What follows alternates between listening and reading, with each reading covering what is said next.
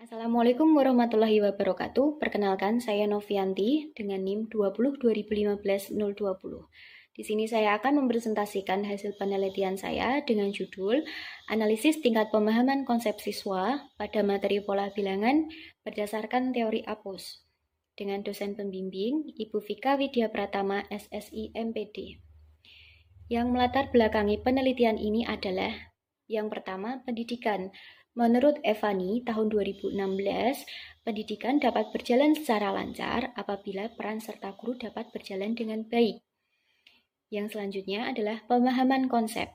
Menurut Sudijono, pada bukunya tahun 1996 halaman 50, pemahaman konsep adalah hal yang sangat penting untuk tercapainya suatu keberhasilan kegiatan pembelajaran. Selanjutnya, pola bilangan. Pola bilangan penting dipelajari supaya keahlian berpikir dengan cara induktif dapat ditingkatkan. Oleh sebab itu, agar dapat melihat sampai mana tingkat pemahaman konsep siswa dalam belajar pola bilangan, terdapat solusi yaitu dengan memanfaatkan teori APOS. Menurut Asiala dan kawan-kawan dalam Silalahi tahun 2016, teori APOS ialah salah satu teori yang digunakan untuk mengetahui cara apa yang dilakukan seseorang dalam belajar konsep. Selanjutnya, ada hasil belajar. Menurut Hamalik, pada bukunya tahun 2003, halaman 54, hasil belajar merupakan suatu proses tentang bentuk perilaku, nilai-nilai, dan penjelasan tentang sikap siswa selama di sekolah. Menurut Widarti tahun 2013, tingkat hasil belajar siswa dapat dijadikan patokan dalam mengkategorikan kemampuan siswa. Hal tersebut dapat dilihat pada tabel 1 pada kategori hasil belajar. Tujuan penelitian ialah untuk menganalisis tingkat pemahaman konsep siswa dengan hasil belajar matematika tinggi, sedang, dan rendah berdasarkan teori APOS. Selanjutnya, metode penelitian. Jenis penelitian ini adalah deskriptif kualitatif dengan memanfaatkan 3 subjek kelas 8 dari SMP Negeri 3 Salatiga yang dipilih secara purposive sampling dengan hasil RU sebagai hasil belajar matematika tinggi, RA hasil belajar matematika sedang, dan DE hasil belajar matematika rendah. Selanjutnya, instrumen penelitian adalah instrumen utama peneliti sendiri dengan instrumen pendukung berupa 2 soal pola bilangan, yaitu 1 soal pola bilangan bergambar dan 1 soal pola bilangan cerita, serta dengan menggunakan panduan wawancara yang semi terstruktur. Selanjutnya, tahap analisis data adalah mengumpulkan data, mereduksi data, menyajikan data, kemudian menarik kesimpulan. Selanjutnya adalah hasil subjek RU dengan hasil belajar tinggi. Pada soal nomor 1, terlihat bahwa subjek sudah mampu melakukan keseluruhan tahap APOS. Hal tersebut juga mampu dilakukan subjek melalui tes wawancara.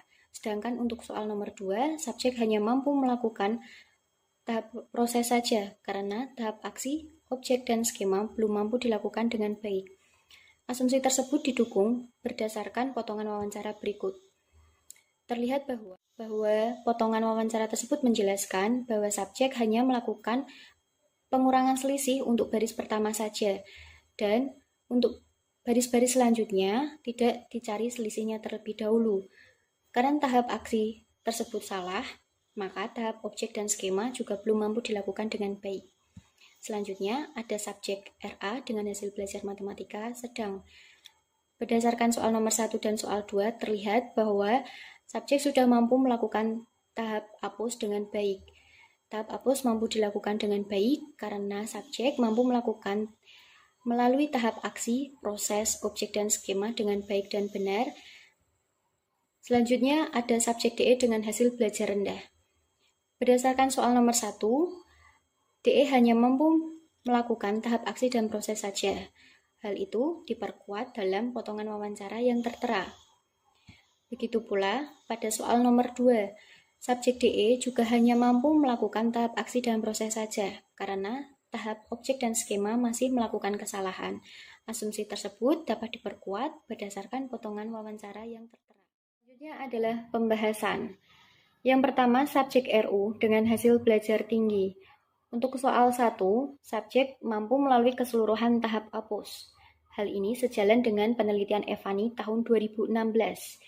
Untuk soal nomor 2, subjek hanya mampu melalui tahap proses saja. Hal ini sejalan dengan penelitian Ngandas dan kawan-kawan tahun 2019, di mana penelitian miliknya subjek melakukan kesalahan dalam pemahaman konsep awal dalam menyelesaikan soal. Hal ini sama halnya dengan subjek RU yang melakukan kesalahan dalam memahami soal untuk nomor 2. Yang selanjutnya adalah subjek RA dengan hasil belajar matematika sedang. Untuk soal nomor 1 dan soal nomor 2, subjek mampu melalui keseluruhan tahap APOS. Hal ini sejalan dengan penelitian yang dilakukan oleh Firdanismaya tahun 2018, di mana subjek miliknya mampu dengan teliti mengerjakan soal sehingga tidak terjadi kesalahan apapun dalam menjawab soal. Sama halnya pada RA, subjek juga mampu melalui keseluruhan tahap APUS dengan baik dan benar karena subjek melakukan pemahaman konsepnya dengan baik sehingga soal-soal yang diselesaikan dapat diselesaikan dengan baik. Selanjutnya adalah subjek DE dengan hasil belajar rendah. Dalam soal 1 dan soal 2, subjek hanya mampu melalui tahap aksi dan proses saja. Hal ini sejalan dengan penelitian yang dilakukan oleh Rosali tahun 2019, di mana subjek miliknya hanya mampu melakukan hingga tahap aksi dan proses.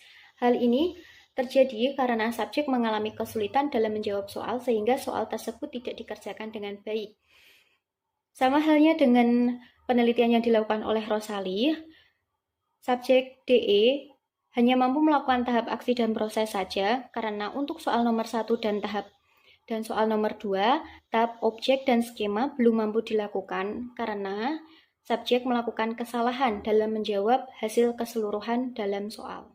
Kesimpulan dalam penelitian ini adalah pemahaman konsep siswa dengan hasil belajar tinggi dan sedang pada materi pola bilangan berdasarkan teori APUS mampu melalui tahap aksi, proses, objek, dan skema. Sedangkan pemahaman konsep siswa dengan hasil belajar rendah pada materi pola bilangan berdasarkan teori APUS hanya mampu melalui tahap aksi dan proses saja. Saran dari peneliti adalah diharapkan untuk guru pengajar sebaiknya juga memperhatikan pemahaman konsep yang dimiliki siswa dengan memberikan banyak latihan soal. Untuk peneliti selanjutnya dapat menggunakan penelitian ini sebagai bahan acuan untuk mengembangkan penelitian sejenis dengan menggunakan metode yang lebih menarik. Sekian presentasi tentang penelitian ini. Jika ada salah-salah kata dan perbuatan, saya mohon maaf. Assalamualaikum warahmatullahi wabarakatuh.